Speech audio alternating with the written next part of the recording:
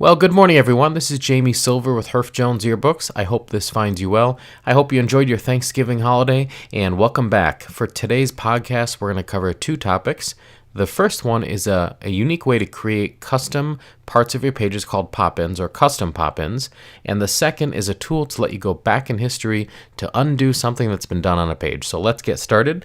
The first one is the custom pop-in. So we're going to play this short little video, and I'll be right back. In this tutorial, we'll look at how you can create and save customized pop-ins in eDesign. There are two related tutorials that you may want to review.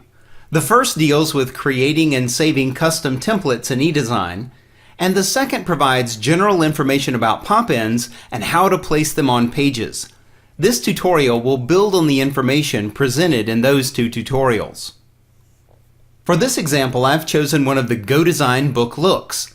But I've taken each GoDesign template, changed the colors to match my book's theme, and then saved them as custom templates into the library. I'll be using some of the coordinating pop-ins as well, and I want to be able to save customized versions of the pop-ins. Here's how you can do it. Go to a blank spread in the yearbook. Your practice spread would work well for this. Then apply one of the pop-ins to the page. It doesn't matter where you place it. Then customize the pop-in to your liking. In this case, I'll just change the colors of the elements. You can't save the customized pop-in back into the pop-in section of the library, but you can save it as a custom template. So I'll go to the File menu and choose Save as Template. Now when I go to a spread where I want to use the custom pop-in, I locate it in the template library. Drag and drop it on the page. When asked if you want to replace the existing content, click No, and the pop-in elements will be placed on the page. All of the elements are still selected, and I can then position the pop-in where I want it on the spread. When you create custom pop-ins in this way, it's a great idea to go to the template section of the eDesign library and tag them with keywords.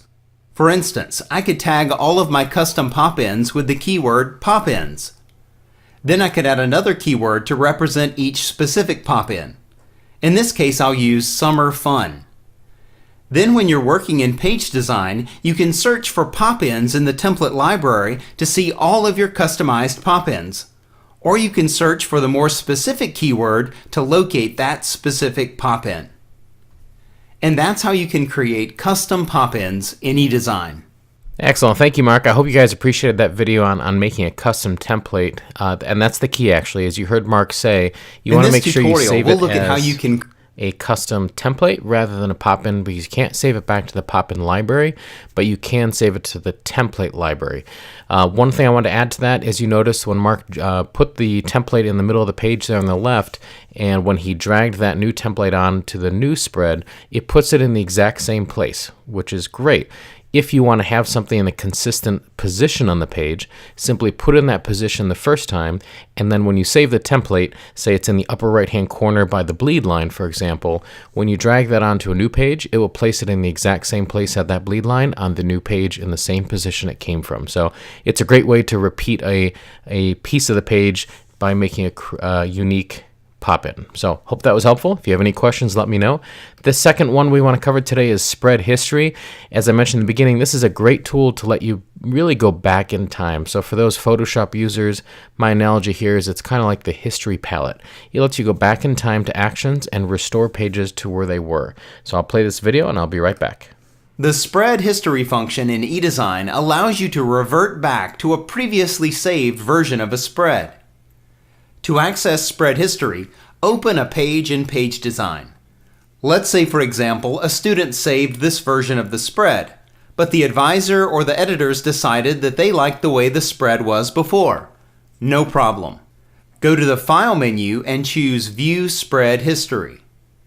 In this window, you'll see a listing of all the previously saved versions of the spread listed by the day and time the save occurred, the person who saved the spread, as well as an indication of which pages were edited.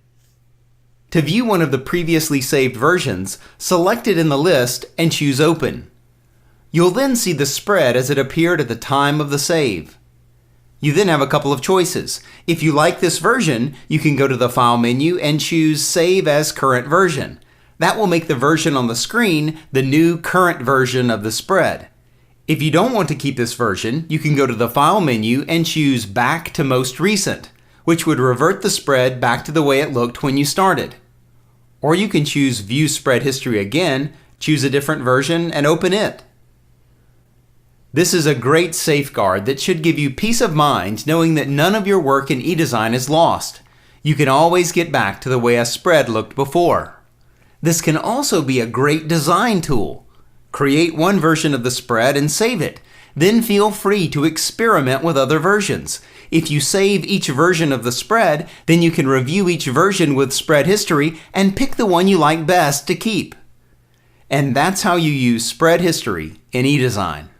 If you haven't tried that tool, View Spread History, it's a great thing. And as Mark said, it's a great way to experiment. So feel free to go back in time, see where it was. You can always save that as your most current spread again, or go back to the way it was before you started. So those are just two little tips I wanted to share today. Again, welcome back. Hope you had a great Thanksgiving. Hope you have a wonderful week. And if you have any questions about these two topics or anything else, please reach out and I'll be happy to help you. You have a great day. Thank you.